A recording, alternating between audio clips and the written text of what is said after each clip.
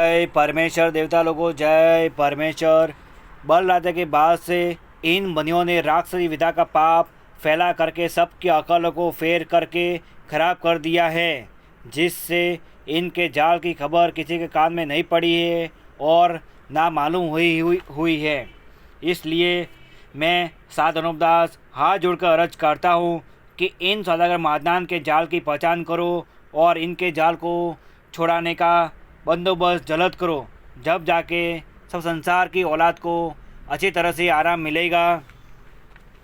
ऊ किताब मुफीदा मौसुम ब जगत हितकारनी अज तस्नीब साध अनुपदास मोत वतन मुलक मारवाड़। यह जगत हितकारनी जिसको श्री अनुपदास प्रिंटिंग प्रेस छावनी एरमपुरा में छाप के प्रसिद्ध किया। तारीख 17 अप्रैल सन 1909 जा बैसाख बुद्धि 12 सम्मत 1965। Page number 72।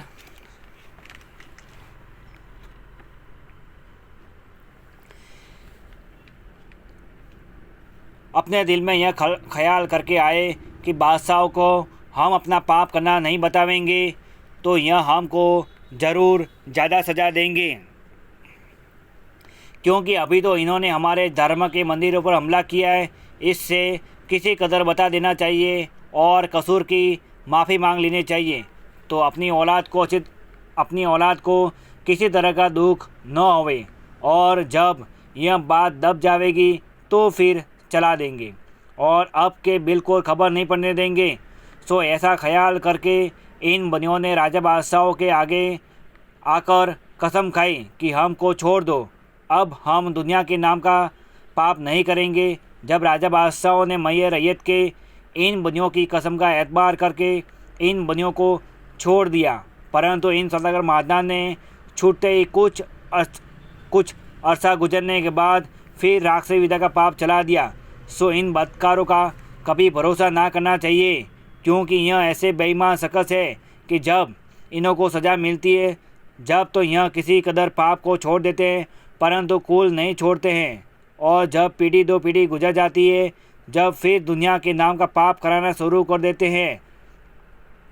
सो इस राक्षसी पाप से जमीन माता दुख पाती है। सो वेद पुराणों में भी लिखा है और सब संसार के लोग भी कहते हैं कि जमीन माता के नाम का राक्षसी विधा का पाप कराते हैं, जिससे जमीन माता दुख पाती है और पाप की वजह से रिजक वगैरह भी पूरा नहीं होता है और ना पूरी बनास्पति होती है।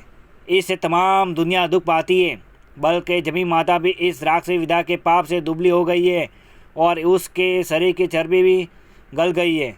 सो चर्बी जमीन के शरीर में इन चीज़ों को कहते हैं कि जिसको फ्री जमाना चांदी सोने के खाने बोलते हैं, वो जमीन माता के शरीर की चर्बी है। परंतु राक्षसी विधा का पाप चलाया है, उस पाप से जमीन माता के शरीर की चर्बी गल गई है। और पहले राजा रावण ने राक्षसी विधा का पाप चलाया था, तो किसी ने 1 पीढ़ी तक चलाया था और किसी ने 2 पीढ़ी तक चलाया था, परंतु जबकि राक्षसी विधा की खबर दुनिया को पड़ी, जब दुनिया ने उन्हों को सज़ा दी और सज़ा देकर उनकी राक्षसी विधा को छोड़ा दिया, जब से जमीन माता दुबली नहीं हुई और रावण के ज़माने तक चांदी सोने के खाने मौजूद थी। सो रावण ने तो संसार के लोगों की अकल थोड़ी भ्रष्ट की थी। सो जब पाप कराता था, जब दुनिया के लोग फ़ौरन समझ जाते थे, और जब कि दुनिया के नाम का पाप कराता था और दुनिया की अकल थोड़ी खराब हो जाती थी। Page number 73। तो दुनिया के लोग उसी वक्त समझ लेते थे कि कहीं राक्षसी पाप हम लोगों के नाम का हो रहा है, जिससे हमारी अकल फिरी हुई है। तो संसार के लोगों ने अपनी अकल को खराब देखकर और एक दिल होकर फ़ौरन राक्षसी पाप को छुड़ा दिया, परंतु इन सौदागरान ने बल राजा के बाद से राक्षसी विधा का पाप चलाया है। सो यह महाजन लोग तो अपने पाप को समझते हैं कि राक्षसी पाप से बुद्धि भ्रष्ट हो जाती है। सो ऐसा समझ करके इन सौदागर महादान ने रावण हन्नाकंस वगैरह से बढ़कर राक्षसी विधा का पाप चलाया है और साफ बुद्धि भ्रष्ट कर दिए।